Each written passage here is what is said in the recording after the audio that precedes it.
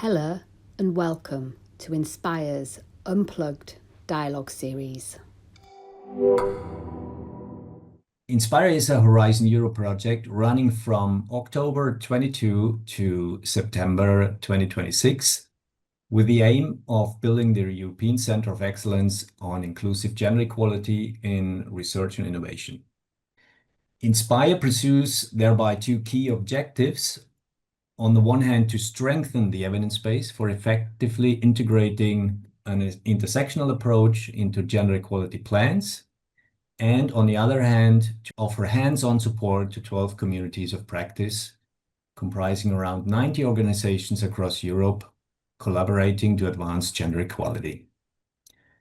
This Unplugged Dialogue series is a podcast by our project to connect with people working on gender equality in Europe and beyond, and discuss topics of interest in an up-to-date and direct way. So today I'm extremely happy to have Anne Pépin join our INSPIRE Unplugged Dialogue series. And Anne has been working from June 2017 to 2024 at the European Commission in DG Research and Innovation. Welcome, Anne, and thanks for joining. Thank you. Thank you very much for this invitation, Jörg, and thanks to the INSPIRE project. So I guess in order to get us started, maybe you can give a little bit more context. How come you joined the European Commission in 2017? Thanks a lot for this question.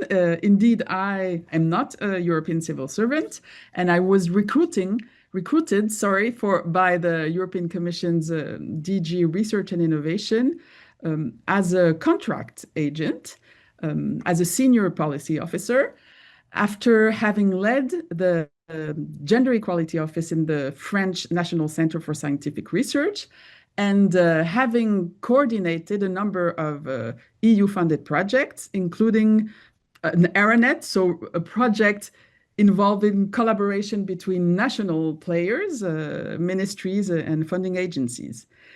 And I was really interested in moving from the national level, institutional level, and trying to bring something at the European level. It was an exciting time. It was the preparation of the then called 9th Framework Program.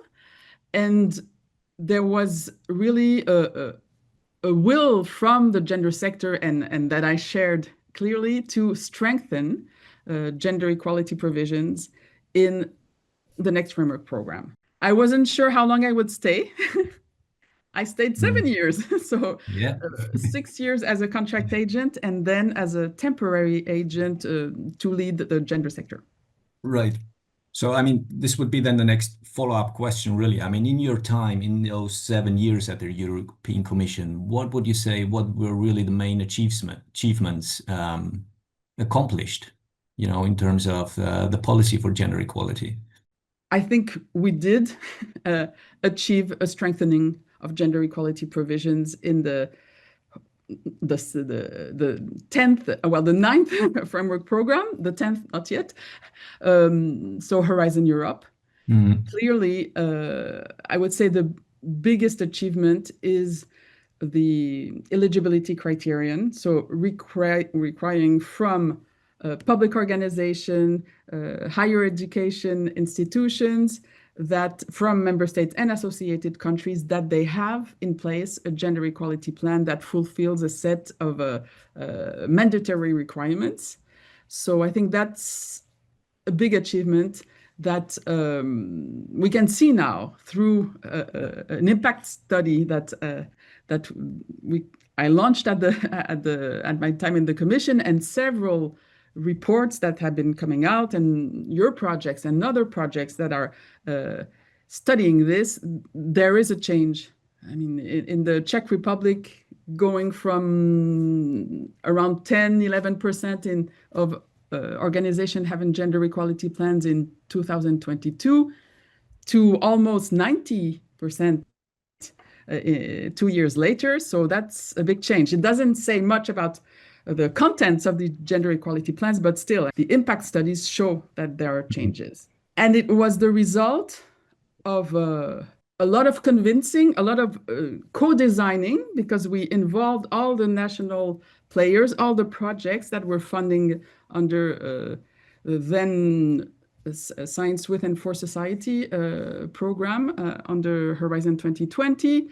And yeah, building on examples that had just been happening in Europe, such as in Ireland, the three main funding organizations saying that universities would not receive research funding if they did not have an Athena Swan award by 2019. So they released that, I believe, at the end of 2016 or beginning of 2017. And before that, at the level of the National Institute for Health in the UK, the minister had also required that. So there was some grounds on which to build and say, yes, this can work, and convincing the commissioner, the director general, that that was the right move. So we had to come up.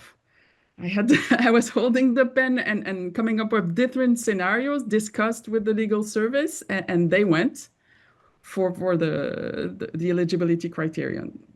Also, setting the integration of sex and gender-based analysis as a mandatory requirement for all research and innovation actions funded under Horizon Europe. So that was also quite an achievement, I believe. And increasing a little bit the level of well, setting gender balance within teams as a ranking criterion for execo proposal that already exists, but clarifying a little bit that criterion, and also opening the possibility for researchers to self-declare under three categories, gender categories, women, men, and non-binary. So I think that was a set really of strength and provision in Horizon Europe. That was, I would say, the big achievement. That's at the program level. At the policy level, managing to ensure that there would be a platform, a coordination platform within the European Research Area new governance structure. So having a dedicated subgroup within the ERA forum, that was also, I think, an important achievement to allow for really sharing good practices and sharing policy and driving forward a policy on inclusive gender equality. And not only that, I would add, so the general horizontal provisions for gender equality, the policy level at the ERA level, and then also within the cluster that's dedicated to social science and humanities, having clear call for proposals supporting research on gender, gender studies and intersectional research. So that was also a novelty. I was holding the pen for one of the first topics, which was feminisms for a new age of democracy. And there were many projects that applied to that call. And instead of 3 projects, because there was leftover money, and some proposals were very highly ranked, 5 projects actually ended up being funded. So that really also showed that there was a very high level community of gender scholars across Europe that had an important contribution to make up this topic. And every year that has continued.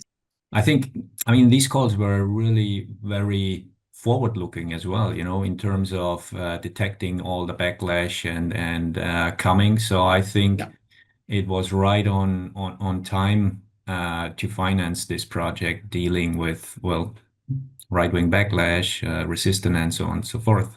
What also helped was a top leadership support And when I say top, I mean really at the level of Ursula von der Leyen. I mean, she set the agenda higher up than the previous commissions with an ambition for a union of equality and several strategies supporting that. The first one adopted was the gender equality strategy, but there was the first ever LGBTIQ strategy. There was an anti-racism action plan, one on disability, Roma, and external action. And all those already had in their text, I mean, to try to have an intersectional approach. And that was also quite a novelty and a structure that was put into place within the commission, the task force on equality, where all DGs had to appoint representatives, so coordinators. That also helped. I mean, there was a context that could help advance, and inter-service groups with DG Just in particular. So it was really a virtuous circle to try to advance in the policy making and the programming. Well, a follow-up question is then, okay, looking back to look forward, what do you see, where are the remaining big challenges then? Well, the situation is quite different now from what it was in 2017, or I mean, when preparing for Horizon Europe. First, in what we put in place, I mean, it's a beginning. Those were really big step forwards, but monitoring and really making sure that these gender equality plans are put in place, they're good quality, that it's not only on paper, and going on with what we had promised, and that it is going on, but I think it has to be strengthened, are the compliance checks, and then abiding by the results of these compliance checks. So if there's a necessity to have sanctions, if an organization lied and did not have a complying gender equality plan, so I mean, there should be consequences. They are, but I mean, this we know that of course sanctions could help. The call for proposal for your project was really to help us build that, how to operationalize an intersectional approach in gender equality plans. So that's on the way. That's also on the roadmap for the next era policy agenda to advance on that. Where there's also more to be done is on the integration of the gender dimension in the content of research and innovation. So that's on its way. But I mean, the fact that in Horizon Europe, this is really checked only at the project review time. I know there will be a large assessment carried out soon. So to see to what level, to what extent it was really taken into account, sex and gender analysis. I mean, there's still misunderstandings on what it means.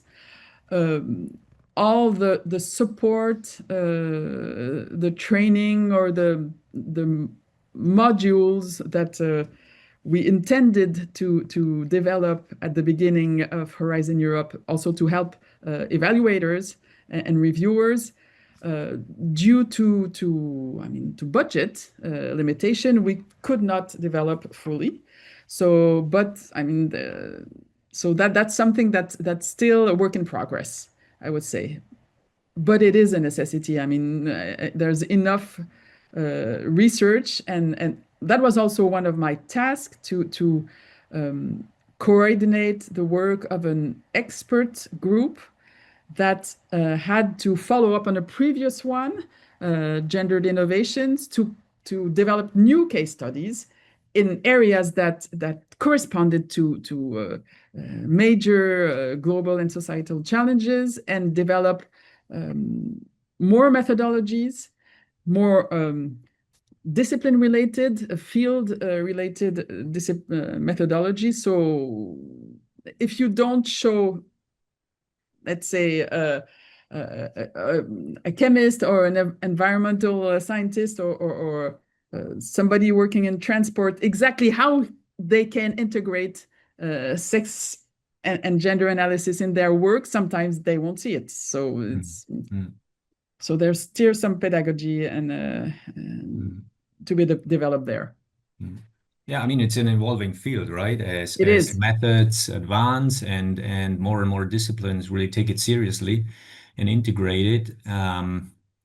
Probably there's room for Gendered Innovation 3, no? I would say, new case studies, which are really always very helpful. And basically, they provide the basis for much of the training we do, right?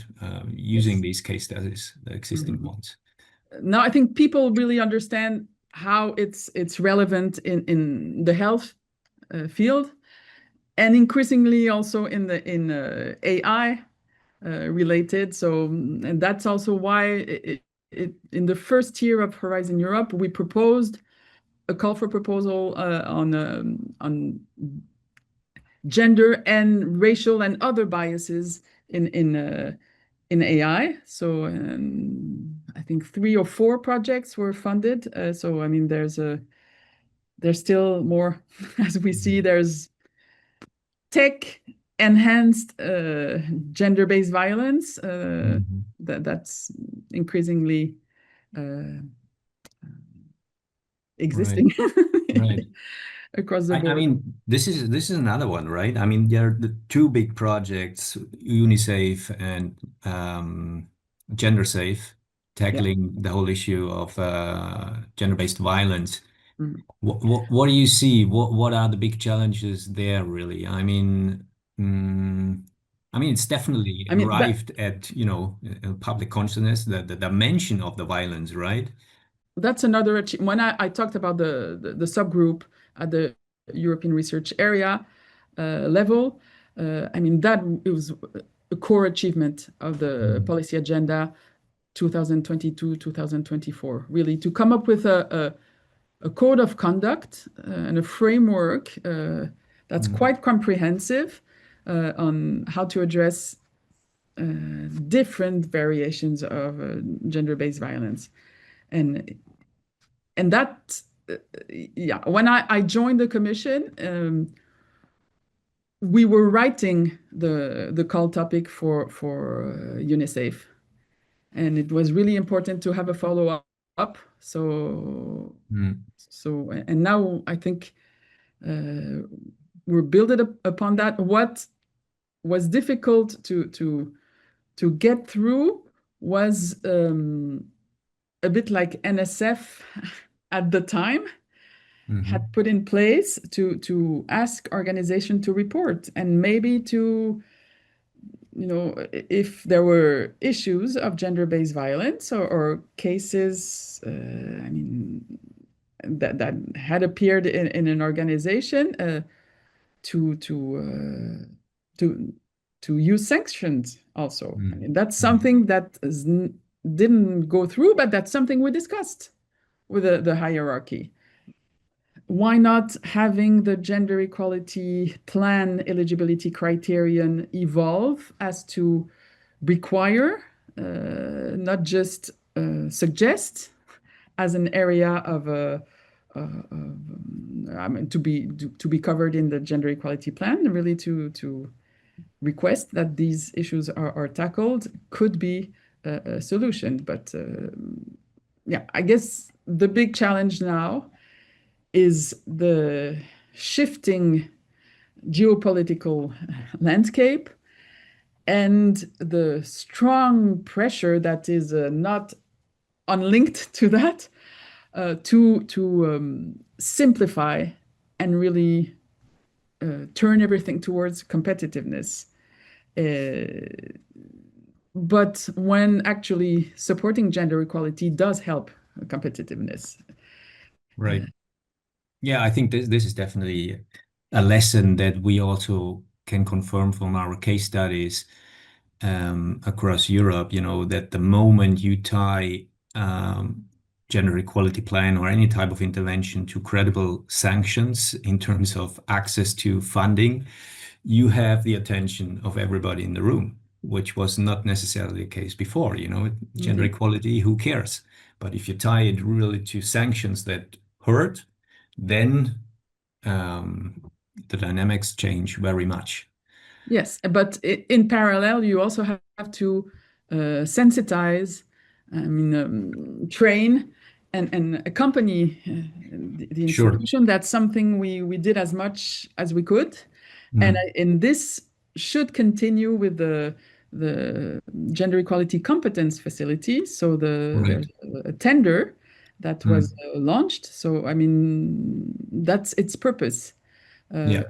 it took a little bit of time to launch it, and it was important to adapt also to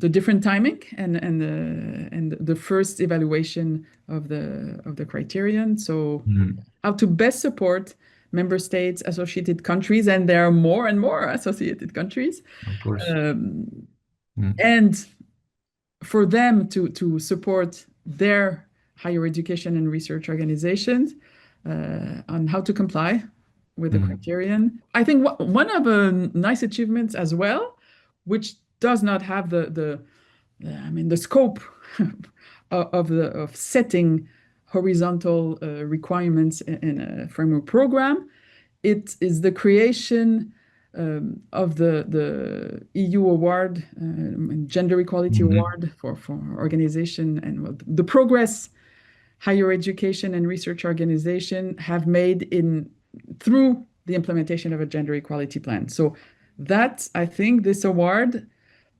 it's quite important at role model level. And I can see that the organizations that have been rewarded do want to serve as leaders and work as a champions league. So yeah, Mm. and trying to do more together and for the others. So I think that's a nice outcome. In closing, what about lessons learned? I mean, or if you would start again, is there anything you would do differently at the Mm. commission now? I'm not so sure I would do differently. Maybe being an outsider in a way, not being a European civil servant also helped in pushing some ideas. Um, what I see is that in the gender sector now, it's a very capable, very engaged team with different competencies and some knowledge on gender scholarship as well, and also some knowledge on practical implementation of gender equality measures. So I think that's a really committed team that